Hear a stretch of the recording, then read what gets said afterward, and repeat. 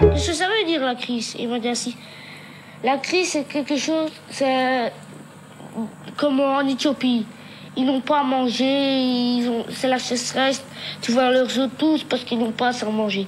Et si ça continue, c'est ce qu'ils vont avoir avec nous. Alors je commence à diminuer. Parce qu'avant, je mangeais beaucoup et maintenant, je commence à arrêter de manger. Je laisse tout pour mes parents. Parfois, j'essaye d'aborder le sujet. Ils disent, t'es trop petit pour parler de ça. Oh non, on reparlera de ça après. Plus tard, on dit toujours plus tard, quand tu seras plus grand. Ils rapportent toujours les choses à un autre moment. On se fait des idées dans la tête. Ou alors on devient...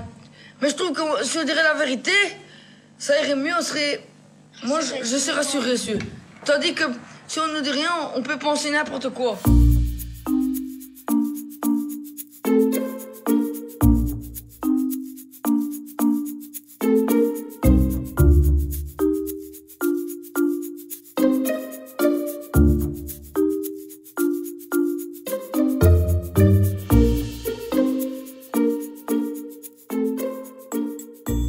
Si on avait dû donner de l'argent en banque, avec moi, c'était non.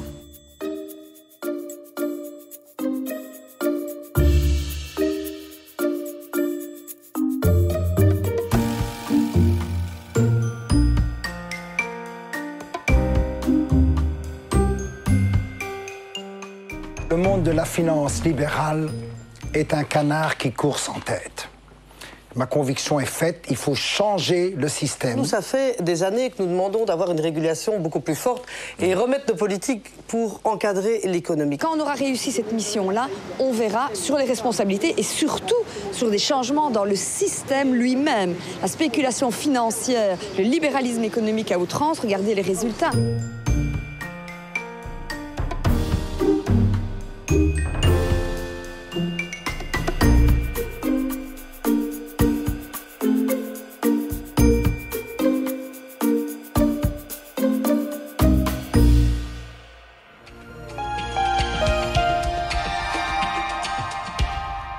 Jeff est tout seul, il va disparaître. Jeff, c'est le logo du Crédit Communal. Dès lundi, la nouvelle enseigne laissera apparaître le nom de Dexia Bank. Une page se tourne. Le Crédit Communal avait été créé au siècle dernier pour protéger l'État de la puissance des banques privées. Pierre Istas. Effectivement, le Crédit Communal a été créé en 1861, il y a 140 ans, par le libéral Walter Frère-Orban. Il voulait protéger les communes et l'État de la voracité des financiers de l'époque. C'était une institution détenue à 100% par les communes, sans transition énorme. On s'est levé un certain matin en 96 comme étant coté en bourse. On est passé d'une structure où les communes qui participaient au crédit communal exerçaient un rôle direct de contrôle et étaient financées par le crédit communal à une banque privatisée qui change complètement de logique. Même si l'actionnaire majoritaire restait encore des institutions publiques, le fonctionnement était déjà celle d'une banque privée avec la volonté de rechercher le plus de profit possible et dans ces conditions-là d'aller jouer sur les marchés de la haute finance. Le Crédit Communal change de peau et de couleur, définitivement. Ce soir et demain, les 12 000 membres du personnel participeront à une soirée d'explication sur le changement de dénomination et d'état d'esprit. Le Crédit Communal devient Dexia, mais au fond, que signifie Dexia? Dexia ne veut rien dire. Ce n'est pas un peu gênant? Non, pas du tout. Comme ça, on ne fait pas d'association. La seule chose qu'on nous a un jour reproché, paraît-il, mais je n'en sais rien, c'est qu'en grec, ça signifie droite.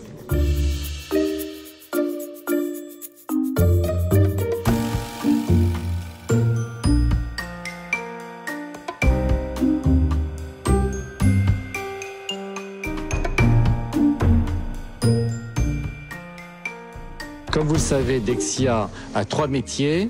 Un de ces métiers, c'est le financement des équipements collectifs et des services financiers aux communes, régions. Et nous étions leaders en Europe.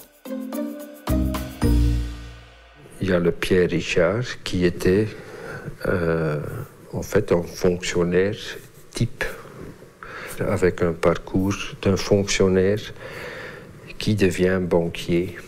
Et donc ce type avec une mission personnelle assez importante, avec un but clair, avec une force de conviction assez élevée, lance l'ensemble en fait sur une aventure mondiale. Le problème des banques belges, donc, et de Dexia en particulier, c'est que normalement leurs comptes et leur financement reposent sur l'épargne et le dépôt de 11 millions de Belges, de fait.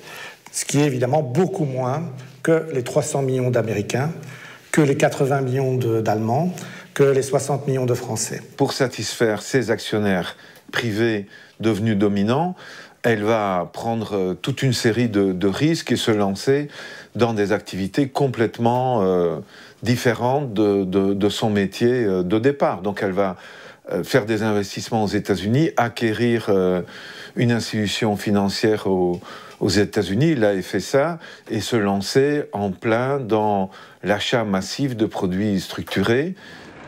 Dexia, ex-Crédit Communal, ex-Crédit Local de France, passe à la vitesse supérieure. Il vient d'annoncer d'un seul coup 2 investissements majeurs et d'abord plus de 100 milliards aux États-Unis dans une société de crédit aux collectivités locales. Maintenant, nous sommes vraiment le leader mondial du public finance, comme on dit, c'est-à-dire du financement public. Dexia a atteint un volume d'actifs de quasiment 1000 milliards, si on prend le périmètre large de Dexia, c'est-à-dire 3 fois le produit intérieur de la Belgique pour Dexia seul, avec donc un bon rendement pour les actionnaires. Et en plus, comme dans les actionnaires, il y avait les communes, parce qu'il y avait le holding communal, on leur disait fermez les yeux sur ce que fait Dexia, l'important c'est que ça vous rapporte. Dexia, c'est un profil assez particulier, assez politique et public. Les actionnaires, Arcofin, le bras financier du mouvement ouvrier chrétien. Il y a aussi le holding des communes, ou encore l'assureur Ethias et d'autres actionnaires institutionnels. Quant aux actionnaires particuliers, ils sont minoritaires. Moralité, l'actionnariat, ce sont surtout des grandes institutions, c'est censé être plus stable.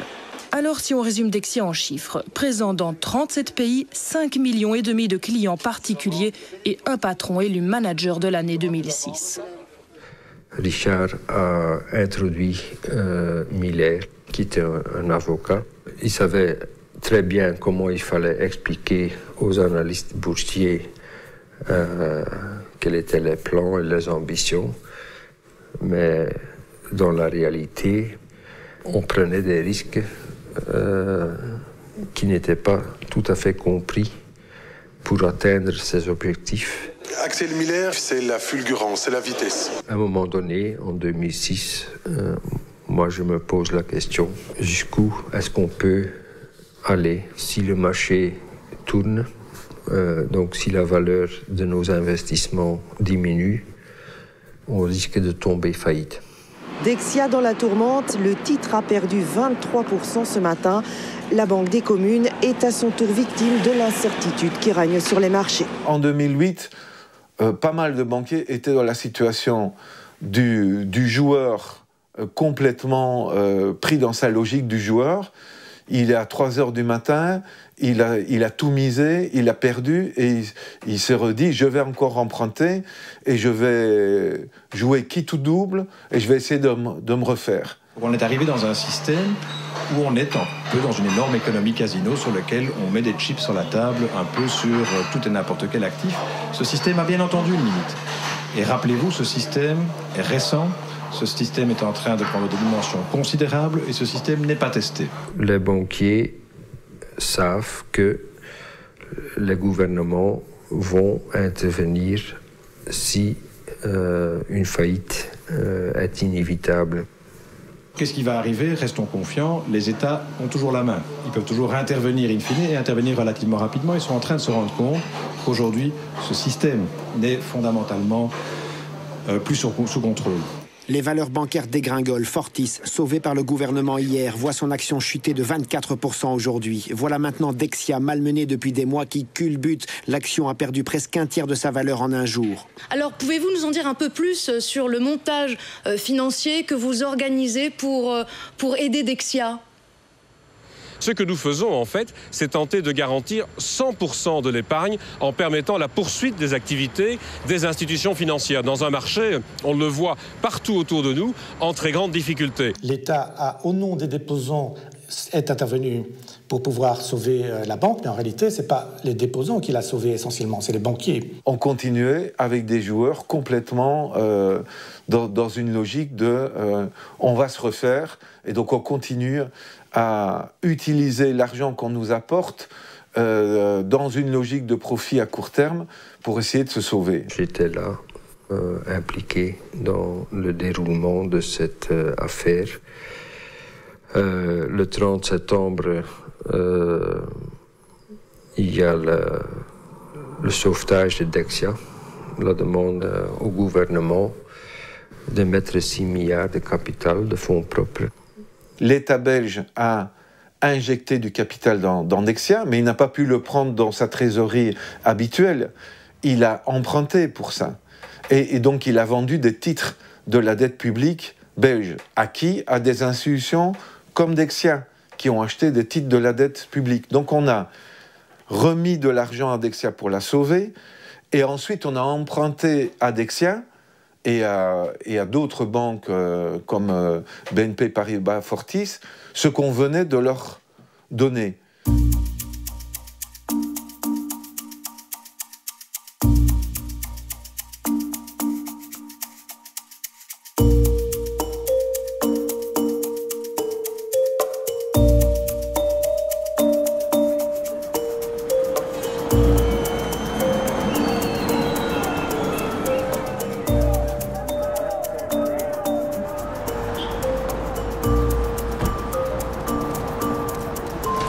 Pas de commentaires à faire. Bonsoir.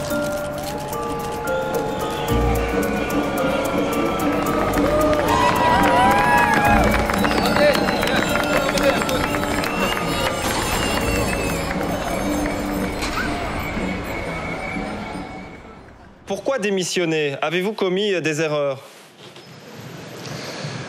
Je crois qu'il faut remettre les choses dans leur contexte. On vit une crise aujourd'hui dans le secteur bancaire qui est extrêmement grave et qui inquiète énormément de gens.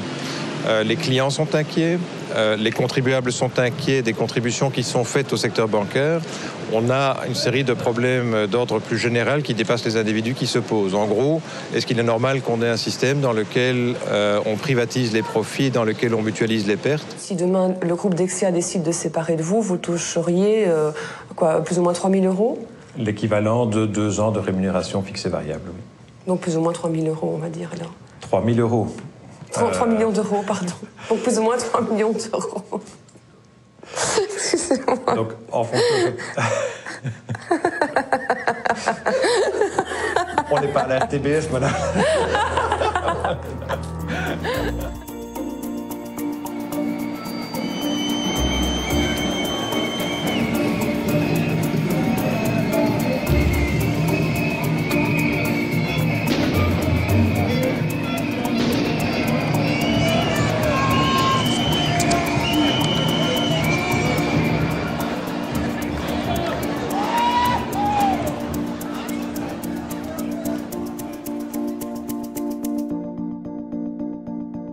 C'est vrai qu'il y a eu une fête boursière pendant plusieurs années et tout le monde n'était pas à la table, oui. Et qu'aujourd'hui tout le monde... que les banques faisaient beaucoup de bénéfices. Voilà, et aujourd'hui tout le monde doit participer au grand nettoyage qui suit le C'est immoral? C'est immoral? Non, c'est que nécessité fait loi et que la collectivité a eu à défendre un intérêt collectif qui est le mot confiance. Il y a certainement une crise de confiance qui vient des États-Unis et certaines banques ont été fragilisées. Alors je crois que face à cette situation, on peut dire que le gouvernement, et notamment le ministre des Finances, a réagi avec sagesse et soin, dans la mesure où il fallait restaurer la confiance, il fallait en même temps apaiser et soulager les épargnants. Il fallait intervenir. Effectivement, c'était une décision empreinte d'une grande sagesse. Il fallait intervenir pour éviter que la facture ne soit plus lourde encore demain. Le gouvernement a très clairement pris la responsabilité et j'espère que tous les médias, dans les jours qui viennent, vont contribuer à créer la confiance dans ce pays. On va y venir. On va y venir. Et j'espère que tous les médias, dans les jours qui viennent, vont contribuer à créer la confiance dans ce pays. Allez voir les conditions, à condition d'avoir confiance. Et cette confiance est-elle encore présente? Oui. A priori, oui. On a dit que nous ne laisserions personne dans les difficultés. Je l'ai dit avant le week-end, on le répète aujourd'hui. Je crois qu'il faut perfectionner la machine, il ne faut pas la casser. C'est comme si on voulait jeter la démocratie sous prétexte qu'il y a des gens incompétents dans tel ou tel gouvernement ou telle ville. Ce qui m'intéresse aujourd'hui, c'est de dire à la population, vous avez eu confiance dans les institutions doivent vous donner confiance. Je viens de proposer aussi au gouvernement de désigner le ministre d'État Jean-Luc Dehaene comme président du groupe Dexia.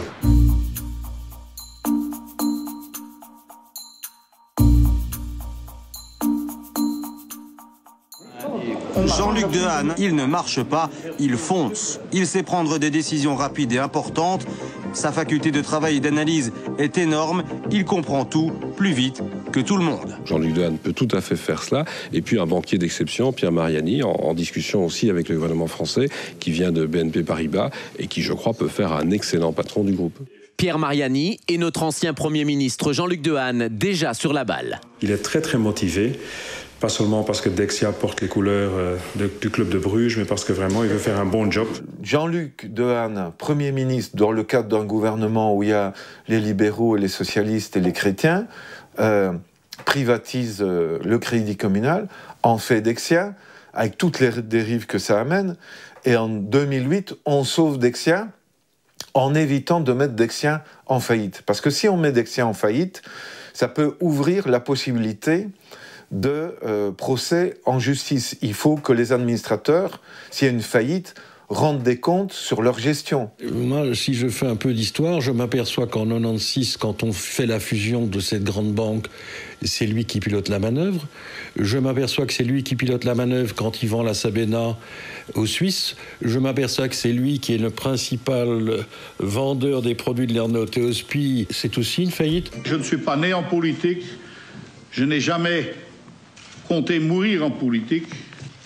Et j'estime que je suis assez jeune que pour me rendre utile dans d'autres domaines. Tout ça est tout à fait lamentable, voire scandaleux par rapport à ce que doit être un État démocratique où il doit y avoir non seulement une séparation des pouvoirs, mais une séparation évidemment entre le monde de la finance et le monde politique. Le monde politique doit être redevable face aux citoyens qui l'ont élu, et pas redevable devant les banquiers qui ne représentent qu'une poignée de la population. La confiance. De confiance très fort. Il témoigne de toute sa confiance. Remplissant ainsi la confiance.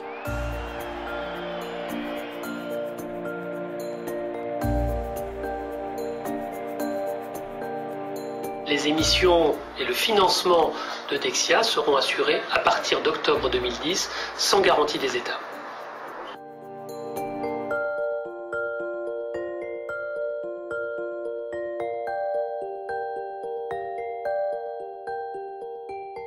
Dexia et KBC étaient les deux banques belges soumises au test de résistance appliqué par le comité des régulateurs bancaires européens. Elles ont réussi l'épreuve, comme la plupart des 91 banques européennes testées. Les marchés peuvent se fier à ces tests. N'oublions pas que ce sont les institutions européennes qui engagent leur crédibilité là-dedans. Il ne faut pas imaginer non plus que ce soit un pur jeu de marketing en disant tout va bien et qu'on s'amuse à mettre des hypothèses particulièrement gentilles.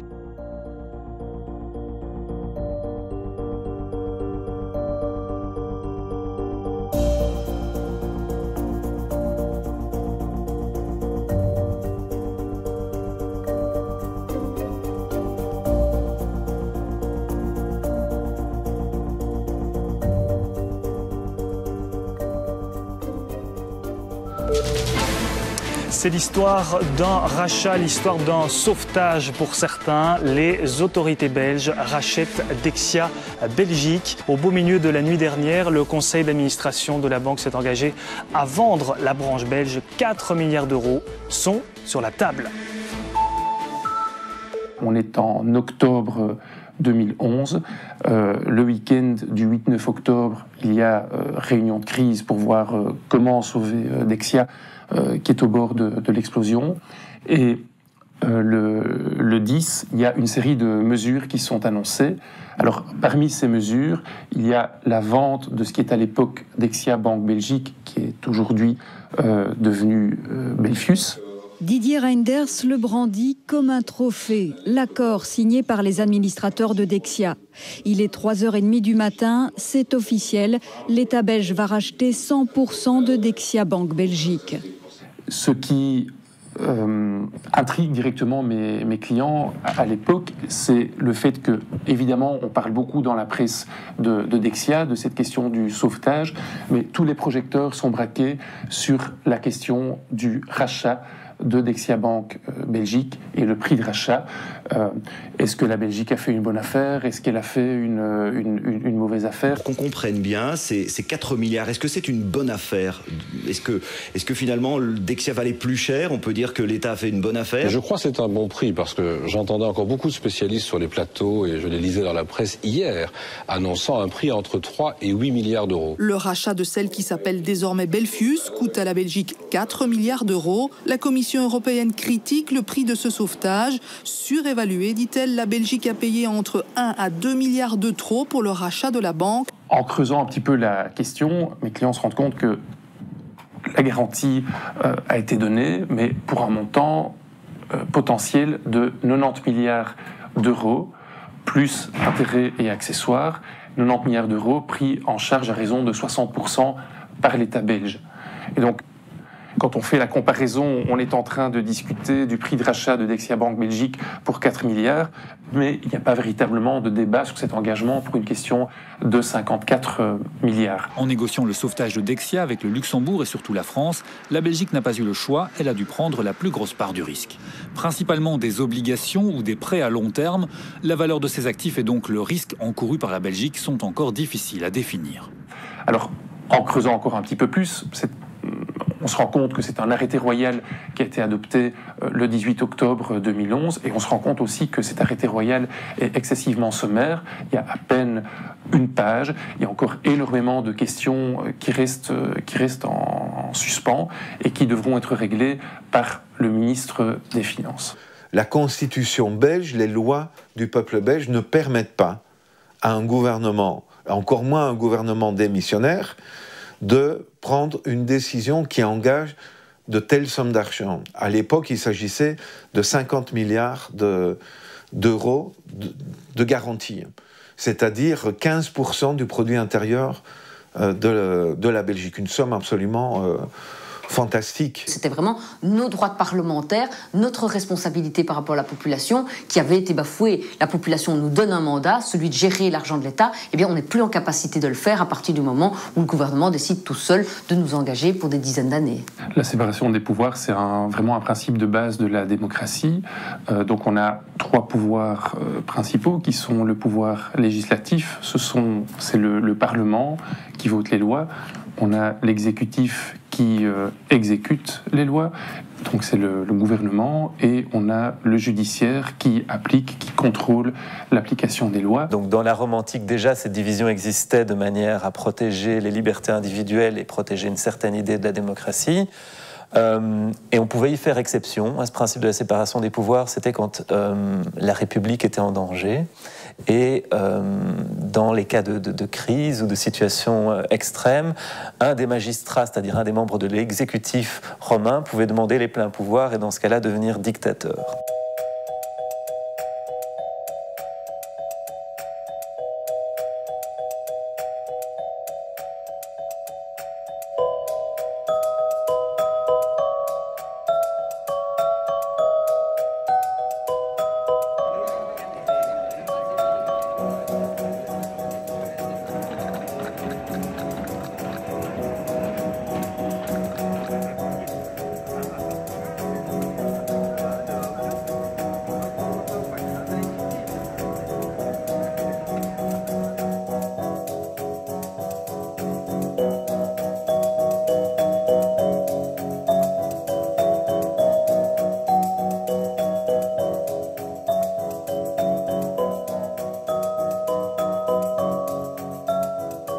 Face à un acte illégal que peuvent faire des citoyens ou des associations de citoyens, c'est d'aller devant le Conseil d'État pour faire annuler, faire abroger un acte illégal. Donc il s'agissait de faire abroger l'arrêté royal décrétant l'octroi de garanties pour 50 milliards.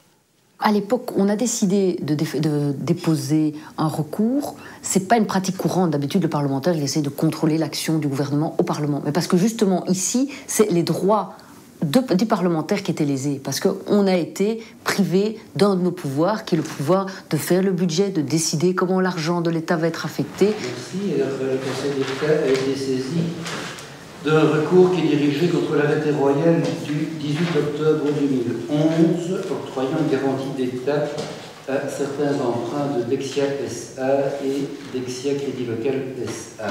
Lorsque vous devez aller dans des marchés financiers, lever des sommes très très importantes, et que vous devez expliquer à des investisseurs, pas nécessairement belges, que l'acte qui habilite l'État belge à garantir les emprunts Dexia, et que l'État belge est le principal garant, puisqu'il en a la partie la plus importante, fait l'objet d'une contestation judiciaire devant les juridictions administratives en Belgique, c'est un message que vous ne pouvez pas présenter.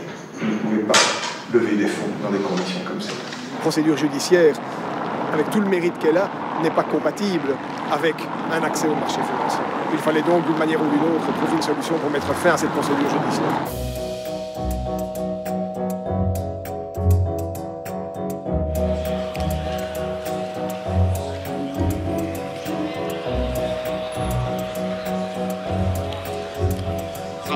Membres ont pris part au vote, 80 soutiennent la motion, donc ça fait 39.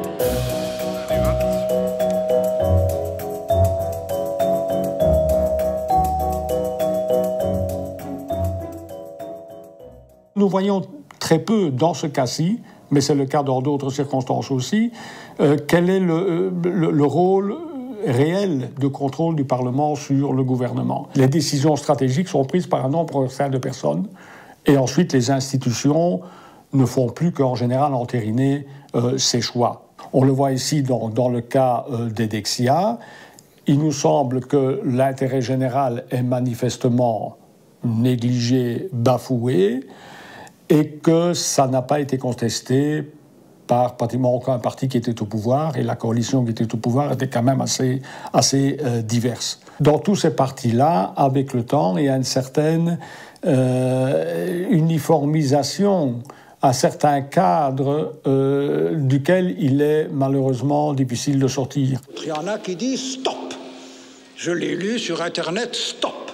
Ben oui, si c'est stop, on va demander 44 milliards de garanties à exercer par notre pays. C'est de la folie à l'état pur. Je ne comprends même pas comment certains peuvent s'avancer sur un terrain comme celui-là et faire croire aux citoyens qu'on peut se débarrasser d'un dossier aussi lourd et aussi dramatique comme ça en disant « vous n'avez qu'à faire ça ».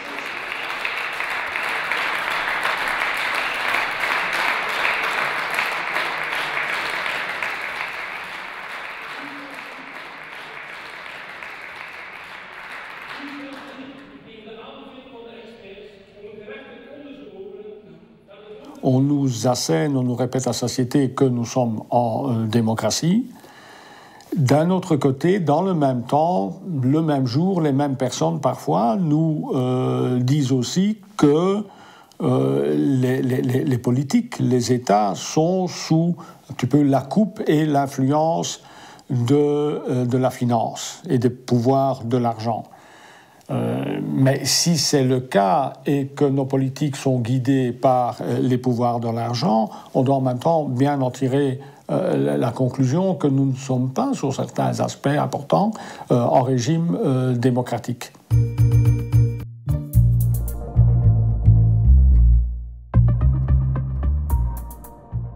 On peut être révolté par rapport au comportement des banques et la politique ultralibérale, mais lorsqu'on est un politique responsable, on s'engage pour essayer de sauver les meubles.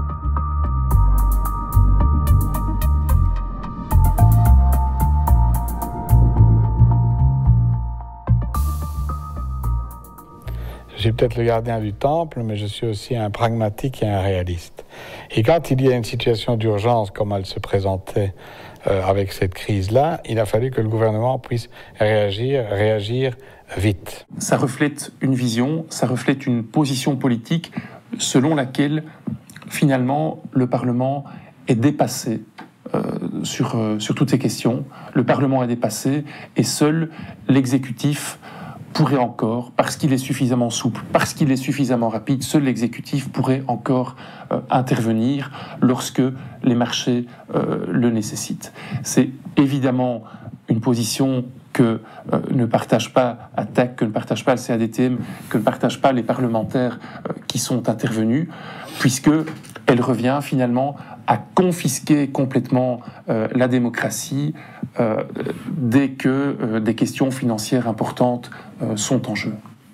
Mes clients estiment avoir remporté une victoire démocratique en ayant renvoyé ce dossier du côté du Parlement. Malheureusement, pour eux, ce n'est une victoire que sur la forme, puisqu'il n'y a pas eu de débat. Monsieur Kuhn, le gouverneur de la Banque nationale, a indiqué que le Premier ministre ne savait pas ce qu'il y avait dans Dexia lorsque la garantie avait été accordée en 2011. Monsieur Mariani a été interrogé, il a fait état d'un hors-bilan de plus de 900 milliards d'euros. Monsieur De Keulener a dit qu'il avait entendu parler de montants de 900 milliards, de 1200 milliards, de 1500 milliards d'euros. Tout ça n'a pas fait l'objet d'un débat au Parlement, mais les parlementaires ont pris leurs responsabilités. Et ce n'est pas ici que je vais mener ce débat. Cette loi non écrite, finalement, que c'est toujours la population qui payera si la spéculation tourne mal, c'est un des rouages, c'est un des moteurs du bénéfice des banques. Ce qu'on attendait du Parlement, c'est qu'il permette un débat et que le débat du Parlement reflète un débat qui devait ensuite se tenir dans l'ensemble de la société civile et chez l'ensemble des citoyens.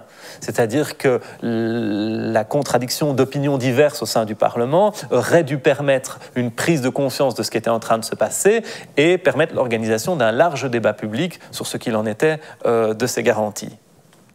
En octroyant la garantie comme elle a été octroyée de façon tellement large sans imposer de conditions drastiques, finalement, le gouvernement envoyait un message aux banques en disant « Quoi qu'il arrive, nous sommes toujours là pour intervenir, nous sommes toujours là pour vous couvrir ».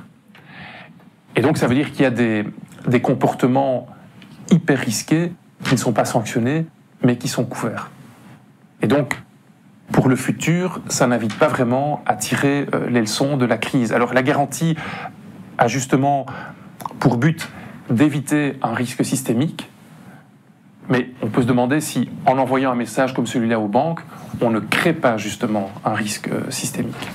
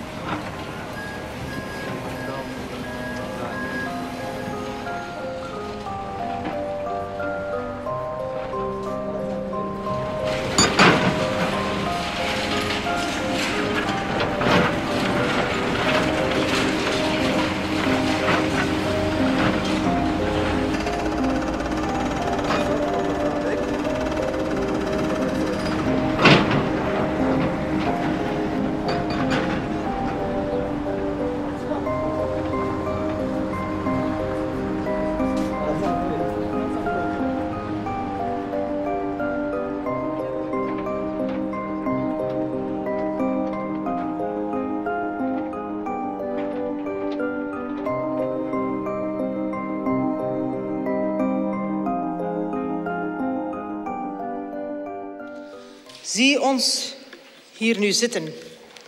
We zijn diep gevallen. Hoongelach is ons deel omtrent dit rapport dat we hier vandaag verdedigen. En dat raakt me. Vandaag is het duidelijk dat velen van de meerderheid dit nauwelijks iets kan schelen. Een grote bank is gestrand en 3 jaar later nog eens. Het veroorzaakt in dit parlement nauwelijks een echte rimpeling. Au moment où on avait demandé d'éclaircir tout ce qui s'est passé dans Dexia, la majorité a fait tous, mais vraiment tous, pour éviter qu'une commission d'enquête, qui était l'option la plus logique, serait installée. Il faut respecter aussi les rôles de chacun. Je crois que certains, par exemple, dans le Parlement, sont souvent prompts à demander des commissions d'enquête. commission d'enquête sur ceci, commission d'enquête sur cela. La majorité a mis un veto parce que ça, c'était la partie qu'ils ne voulaient pas dès le début, en 2008-2011. C'est la même chose. Ils ont fait tous pour éviter que les liens entre la politique, les partis Dexia et ce qui s'est passé dans ces banques était expliqué au public. We staan vandaag voor 54 miljard euro borg voor een restbank die op haar laatste restje adem trapt in een omgeving zonder lucht. 54 miljard euro, 15% van ons bbp, voor het gros van dingen die erin zit, 40 jaar. De komende 40 jaar en zelfs tot 70 jaar voor bepaalde elementen van die bank. En hoe je het ook draait of keert, zelfs al ben je de eeuwige optimist, het is zonneklaar voor iedereen vandaag dat aan het Dexia-dossier voor ons land geen goede kant meer is. There is no silver lining. Leterme en Reinders hadden het bij het verkeerde eind en hebben onze bevolking praatjes wijsgemaakt toen ze dat hier met grote woorden in dit parlement kwamen verkondigen. Quel était son propos? C'était qu'elle aurait voulu une commission d'enquête. Elle avait l'impression qu'une commission d'enquête devant laquelle les gens qui étaient invités pour y être interrogés et qui auraient dû alors prêter serment de dire la vérité, ça aurait eu plus de poids et ça aurait amené plus de vérité qu'une commission spéciale. Une série d'interventions qui ont été faites devant la commission laisse complètement songeur, notamment une intervention de Luc Koen, qui est le directeur de la Banque nationale de Belgique, qui a expliqué qu'au moment où la garantie avait été donnée en octobre 2011, le gouvernement ne savait pas ce qu'il garantissait, mais il a expliqué tout de go que c'était tout à fait normal parce que cette information était réservée aux actionnaires. Le gouverneur national nous dit « Je ne peux pas répondre à votre questions qui sont extrêmement logiques. Qu'est-ce qui se passe? Est-ce que la Belgique savait pas qu'est-ce qui s'est passé? Je ne peux pas vous répondre, sauf dans une situation où vous m'enlèvez de toutes mes obligations légales. Et voilà, ça veut dire qu'il y a un seul moyen de le faire ça, c'est par une commission d'enquête. » Je pense que c'est quand même délicat de devoir faire confiance à des gens qui sont jugés partis, qui se trouvent dans une situation où finalement on n'est pas sûr qu'ils ne privilégient pas leurs intérêts personnels sur l'intérêt collectif. On a en tout cas une forme de flou artistique qui nous empêche de savoir si au moment où ils prennent ces garanties, ils ont vraiment la volonté de protéger l'État belge ou s'ils n'ont pas aussi la volonté de protéger leur image politique et même se protéger d'éventuelles actions en responsabilité civile ou pénale. Mais pourquoi les Belges doivent-ils à nouveau payer pour des erreurs dont ils ne sont pas responsables? C'est un peu ça la teneur des messages qui nous sont parvenus jusqu'ici. Peut-être que la tendance changera. Je peux vous dire qu'on a scanné tout ça en long et en large. Moi, vraiment, ce que je recherche et ce que je l'ai fait d'ailleurs également, c'était que des coupables puissent être désignés pour qu'ils soient responsables et reconnus comme tels de leurs actes. Nous n'avons pas trouvé dans l'entrelac des lois civile et pénale, de quoi mettre en responsabilité quelqu'un. Il faut savoir que cette commission n'a même pas eu accès à la data room de Dexia, donc n'a pas eu accès à tous les documents dits confidentiels de Dexia. C'est pas vrai, dit Mme Marguem. Enfin, on va pas chipoter là-dessus. Il y a eu certains documents qui n'ont pas été transmis, certaines séances à huis clos, etc. Et moi, ce que je voudrais dire sur cette impunité, c'est que cette commission parlementaire Dexia, donc, qui a rendu des recommandations non contraignantes, il y a eu un passage donc, qui a été supprimé dans cette commission, dans le rapport de cette commission parlementaire. Je vais vous le lire.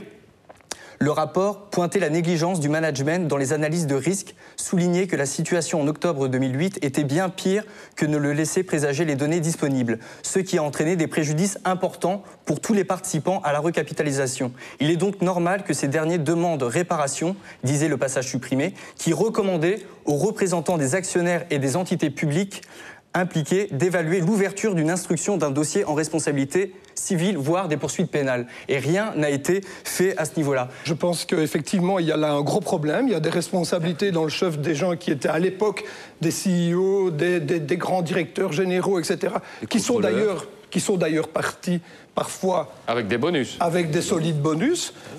Mais je vois que la justice fait son travail. Sur Fortis, on est en train d'enquêter. Ben, c'est intéressant quand même. Oui. Et la question qui se pose, c'est où se trouvent les gens qui, à l'époque, étaient à la tête de Fortis? Où se trouvent les gens qui, à l'époque, étaient à la tête de Fortis? C'est désormais officiel, c'est bien Carole De Bouc qui sera le nouveau patron de Dexia d'ici la fin du mois de juin. L'ex-homme fort de Fortis remplacera donc Pierre Mariani à la tête de la banque résiduelle Dexia. Oui, une page à tourner. Ceci est le moment charnière entre le passé, y compris les 7 mois d'incertitude, et j'espère un bel avenir.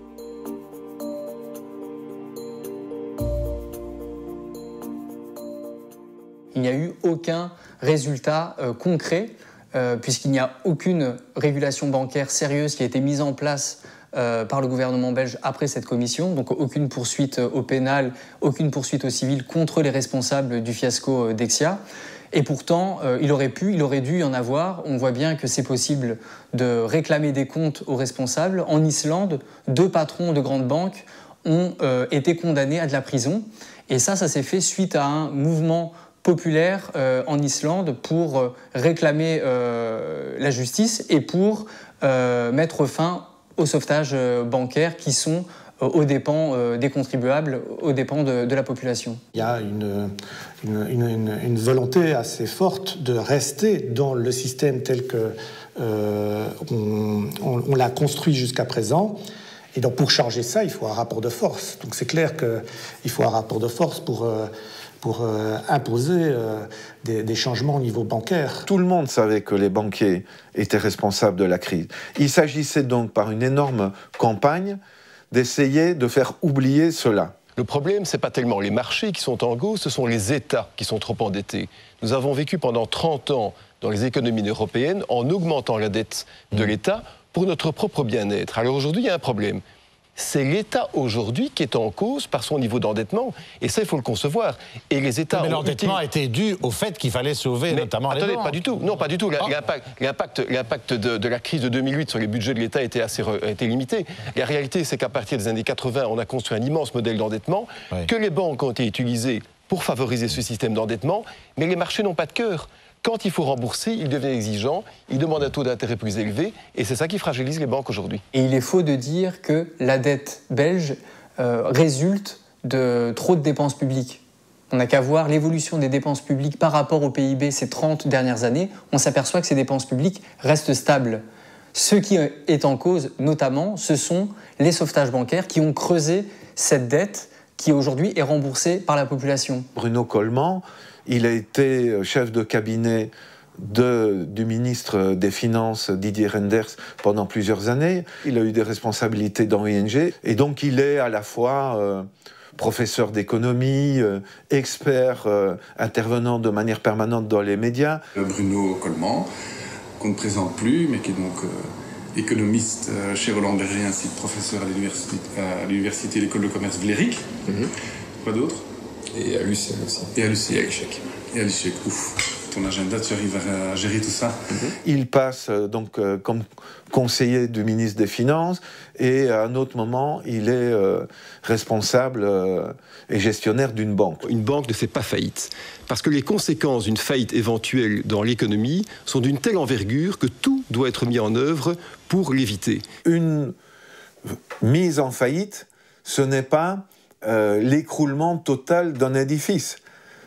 Quand il y a une mise en faillite, les actifs de la banque sont mis sous la responsabilité d'un curateur qui organise la chose. C'est une faillite ordonnée. Et donc on peut organiser une faillite qui protège ceux qui doivent être protégés et qui font payer le prix de la faillite à ceux qui en sont responsables. Je suis pour qu'on prenne effectivement des décisions pour changer l'optique des banques Donc si effectivement il y a une intervention de l'État, il faut changer la manière dont les banques fonctionnent. Et donc elle doit refonctionner à un niveau acceptable, c'est-à-dire de essentiellement, en tous les cas si c'est une banque de dépôt, prendre des dépôts et faire des prêts, et des prêts de préférence non sophistiqués. Les détenteurs privés, donc cette poignée de grands actionnaires, a démontré son caractère néfaste, son caractère mortifère, létal pour la société. Il faut dès lors transférer le secteur bancaire vers le domaine public en socialisant la banque sous contrôle citoyen. Il ne s'agit pas, soyons bien clairs, de simplement dire l'État devient l'actionnaire principal. Hein? Belfius, qui est une banque qui est issue de Dexia, est une banque à 100% possédée par l'État belge, mais qui maintient Belfius dans un statut privé avec exactement la même logique qu'avant. Belfius prend des risques sur le dos de ses épargnants et risque de d'amener la Belgique à devoir la sauver une fois de plus. L'État n'a pas vocation à gérer les banques. J'ai entendu ce matin encore M. Reynders dire voilà, on n'a pas pour vocation de diriger une banque. L'État n'a pas vocation à être une banque. Mais on sait bien... Et le projet, c'est quoi, Mme Marguem? Est-ce que c'est conserver cette banque pour en faire une banque publique qui va aider l'économie réelle, les PME, etc., les communes, ou bien c'est qu'elle retrouve des couleurs de la santé, puis hop, on la vend au privé? Vous me faites la réponse, M. Marois, effectivement, et M. Gilles Quinet le sait bien. La capacité de l'État à gérer les choses économiques est mise en doute.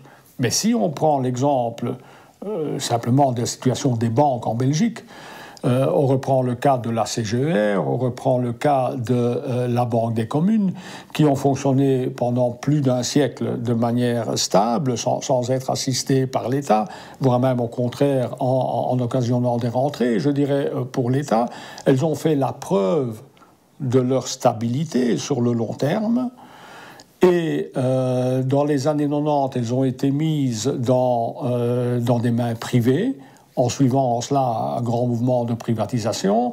Et une quinzaine d'années plus tard, ces mêmes banques viennent appeler l'État à l'aide pour des plans de sauvetage. Alors, si en plus d'un siècle, ces banques, sous forme étatique, para-étatique, ont prouvé leur stabilité et qu'en 15 ans, elles ont fait la preuve de leur, non seulement instabilité, mais d'un échec flagrant, comment peut-on, au regard de cet exemple, conclure que l'État n'a pas vocation à gérer une banque? Cet exemple-ci, en tout cas, tendrait, si une leçon doit en être tirée, tendrait presque à prouver le contraire. Il faut une vraie logique de service public, c'est-à-dire comme on l'a dans le secteur de la culture, quand elle est publique, dans le secteur de l'éducation, dans le secteur de la santé, c'est-à-dire qu'on poursuit une logique de on sert les intérêts de la population et on mène des activités qui respectent les intérêts de la population. On ne fait pas n'importe quoi dans l'enseignement public, on ne fait pas n'importe quoi dans les hôpitaux publics. On ne fait pas du commerce d'organes dans les hôpitaux publics parce que ça rapporterait un maximum d'argent. Non, c'est interdit. Dexia Bank Belgique devient dorénavant Belfius, Banque et Assurance. Un nouveau nom, mais un nom qui traduit Belfi, que nous sommes une organisation financière, une institution financière d'origine belge, avec un ancrage belge, avec un actionnaire belge, appartenant à l'État, et qui donne la solidité que nos clients cherchent. Le signe égal en mathématiques, il traduit la façon dont nous voulons faire nos produits, comment on voit la relation avec nos clients. Cette égalité qui est tellement importante, pas d'arrogance de la banque.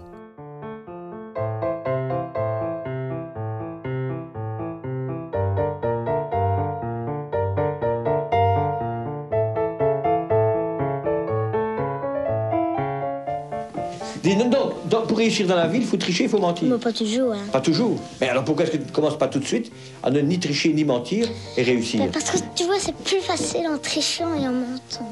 Toi, ça ne t'ennuie pas de tricher? Pas du tout. Non, parce que je sais qu'il y en a plein d'autres qui le font. Oui, donc c'est quelque chose que tout le monde fait, donc à la limite, nous ne devons pas se sentir coupables.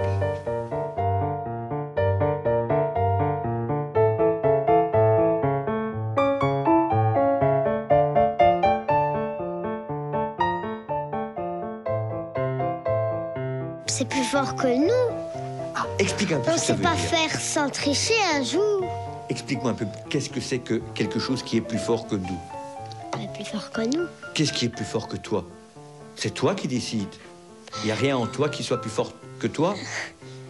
Ah bah, moi... Qu'est-ce que ça veut dire quand tu dis « c'est plus fort que moi », c'est plus fort que nous? Il n'y a que toi qui est en toi. Il n'y a que toi qui décide de ce que tu dois faire ou pas. Oui. Il n'y a rien de plus fort que toi.